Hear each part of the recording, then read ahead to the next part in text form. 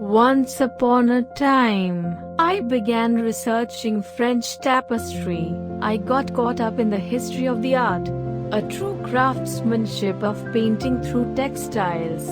As we move ahead, we will get a glimpse of some of the most famous tapestries and a little facts about them. French tapestry has a long and visible legacy that stretches from the Middle Ages to today's revelatory artworks. Large museums, and little surprising ones exhibiting French tapestry, anticipate an insight into this most sophisticated of textile arts. Not to forget all of the chateaux and castles whose walls are lined with these glorious and mesmerizing masterpieces. Let's start our fantastic journey across the country in the discovery of the textile history in France. The kings of France triggered the rapid development of the textile industry in cities and even villages all over France. Lodève and Romans-sur-Isère, Lyon, Aubusson, Beauvais and Paris are the regions where the art of tapestry flourished. Lyon obtained a monopoly on silk production under François I, making Lyon the silk capital of Europe. The exceptional savoir-faire and art of weaving Aubusson tapestry were recognized by UNESCO, and in 2009 was added to the list of intangible cultural heritage of humanity. As a result, the project of the International House of Tapestry and Woven Art was launched in 2010, a building to commemorate this newfound cultural heritage.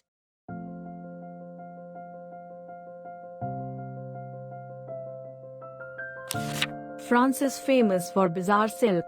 The first bizarre silks were woven in Lyons by the early 1700s.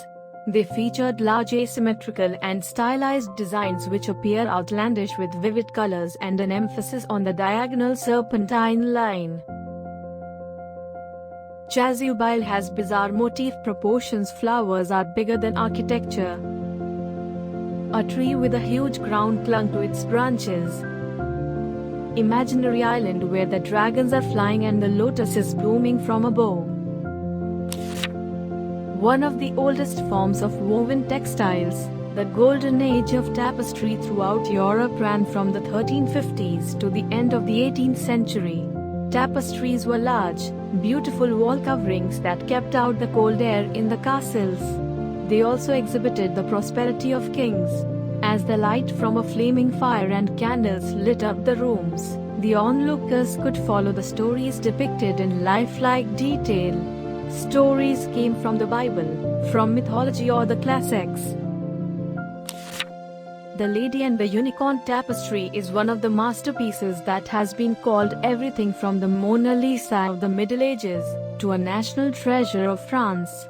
Comprising 6 individual pieces and made around the year 1500, tapestries of such quality are rare.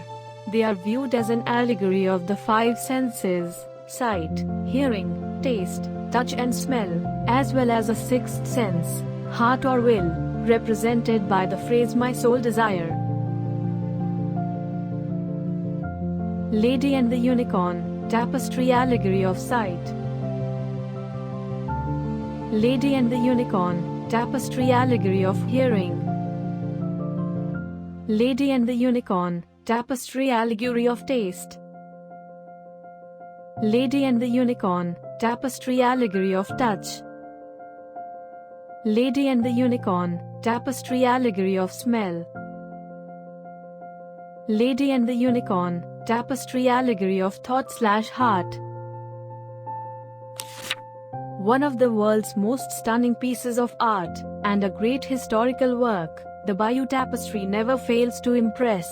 The tapestry is a recognizable historic document in the world, telling the story of the Norman conquest of England in 1066. A 70 meters long plain woven linen with wool embroidery throughout the length speaks about every detail of the events that took place in the war. Woven in Paris between 1373 and 1382, the Apocalypse Tapestry was commissioned by King Louis I of Anjou. The tapestry currently measures on average 103 meters in length and 4.5 meters in width. It consists of 6 sections, each divided into 7 tableaus. Different scenes tell the story of the book of Revelation, the Bible's last gasp of horror, retribution and redemption.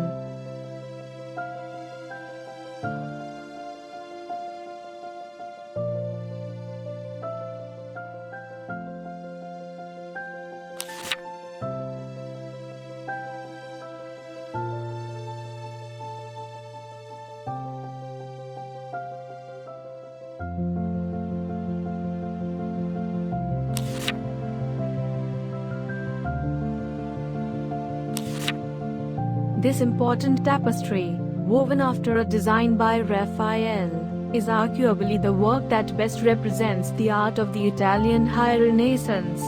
The pattern for the tapestry, one of 10 comprising a series known as the Acts of the Apostles, was commissioned in 1515 by Pope Leo X to decorate the Sistine Chapel.